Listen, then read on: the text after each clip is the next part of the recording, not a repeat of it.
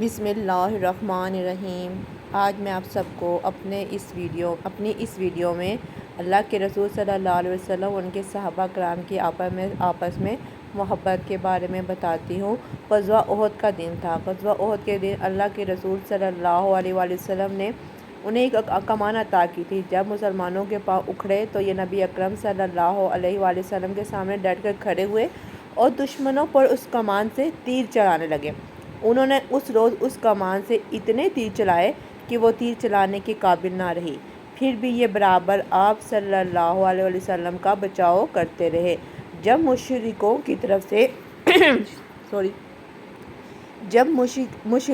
طرف سے کوئی تیر یا پتھر آتا تو یہ خود کو سامنے کر دیتے۔ ایسے میں ایک تیر ان کی آنکھ میں لگا، ان کی آنکھ کا ڈیلا باہر نکل کر ہتھیلی پہ آ گرا۔ انہوں نے اسی حالت میں ڈھیلا نبی کریم صلی اللہ علیہ وسلم کے سامنے کر دیا۔ ان کی حالت دیکھ کر رسول اللہ صلی اللہ علیہ وسلم کی آنکھوں سے آنسو جاری ہو گئے۔ آپ نے اس موقع پر فرمایا، اے اللہ، قتادہ نے تیرے نبی کا بچاؤ اپنا چہرہ سامنے کر کے کیا ہے، تو اس کی آنکھ کو اچھا کر دے اور اس کی نظر کو تیز کر دے۔ یہ فرمایا اور اس ڈھیلے کو اٹھا کر آپ صلی اللہ علیہ وآلہ وسلم نے اس کی جگہ پر رکھ دیا۔ اللہ کی قدرت کی آنکھ بالکل درست ہوگی، بلکہ پہلے کی نسبت زیادہ روشن ہوگی اور زندگی بھر اس میں کوئی تکلیف نہ ہوئی۔ ایک رات آسمان پر گہرے بادل چھا گئے، مدینہ منورہ پر گہری تاریکی چھا گئی۔ نبی کریم صلی اللہ علیہ وآلہ وسلم نماز کے لیے نکلے تو ہر طرف اندھیرا تھا۔ اس تاریکی کے عالم میں لوگوں نے گھروں میں ہی نماز ادا کر لی، لیکن مسجد کے ایک کونے میں ایک صاحب موجود تھے۔ بجلی چمکی تو رسول اللہ صلی اللہ علیہ وآلہ وسلم نے انہیں دیکھ لیا اور فرمایا، قتادہ، کیا تم ہو؟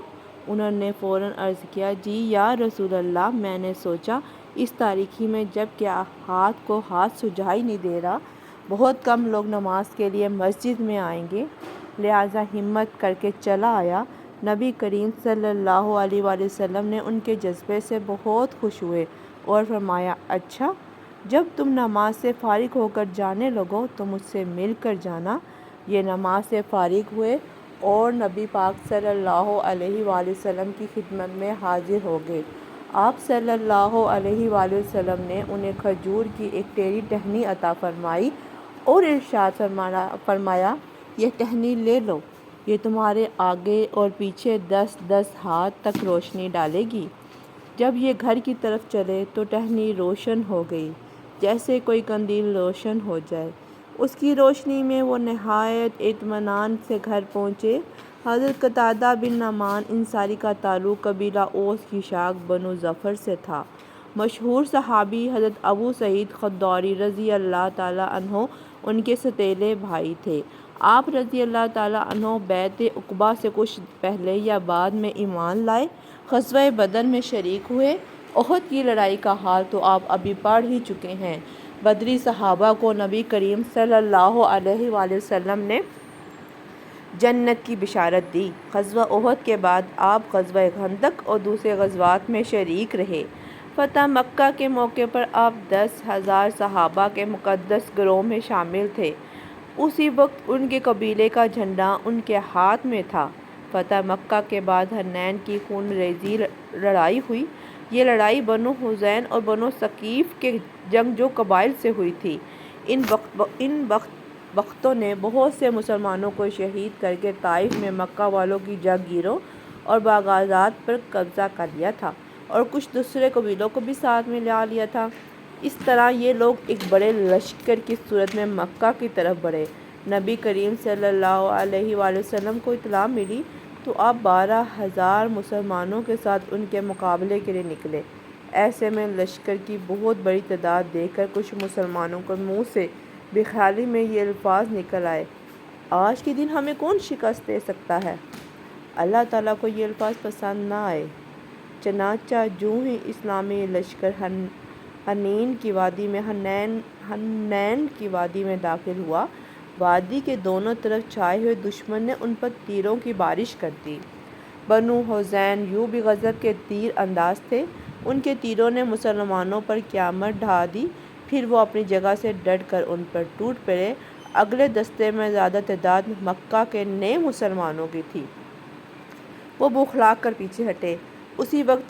اسی سخت وقت میں رحمت عالم صلی اللہ علیہ وآلہ وسلم پہاڑ کی طرح جم کر کھڑے ہو گئے۔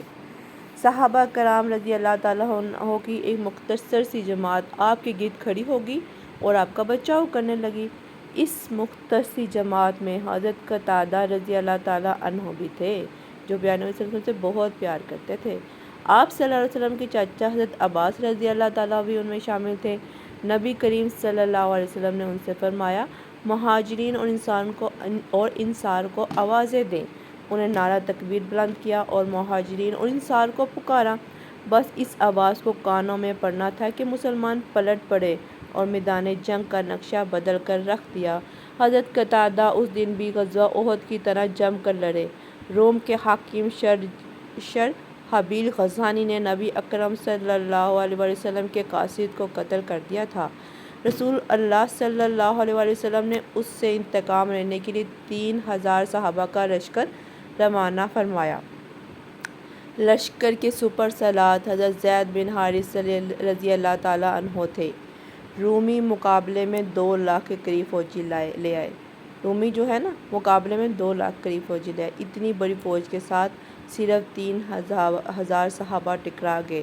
زید بن حارثہ رضی اللہ تعالیٰ عنہ کی شہادت کے بعد حضرت جعفر بن ابی طالب رضی اللہ تعالیٰ عنہ نے کمان سنبھالی۔ ان کی شہادت کے بعد حضرت عبداللہ بن رواحہ رضی اللہ تعالیٰ عنہ میدان میں آئے۔ ان کی شہادت کے بعد حضرت خالد بن ولید رضی اللہ تعالیٰ عنہ نے کمان سنبھالی اور اپنے لشکر کو مشکل حالات سے نکال لانے میں کامیاب ہو گئے۔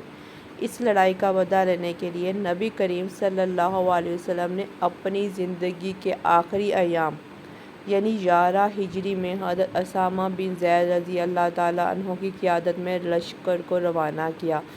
اس لشکر میں تمام بڑے صحابی شامل تھے، انہی میں حضرت قتادہ رضی اللہ تعالیٰ عنہ بھی تھے۔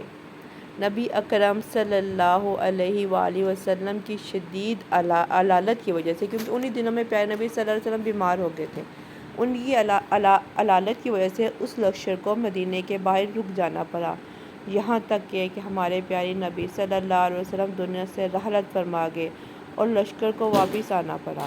نبی پاک صلی اللہ علیہ وسلم کے وصال کے بعد حضرت قتادہ رضی اللہ تعالیٰ عنہ تقریباً 11 سال حیات رہے۔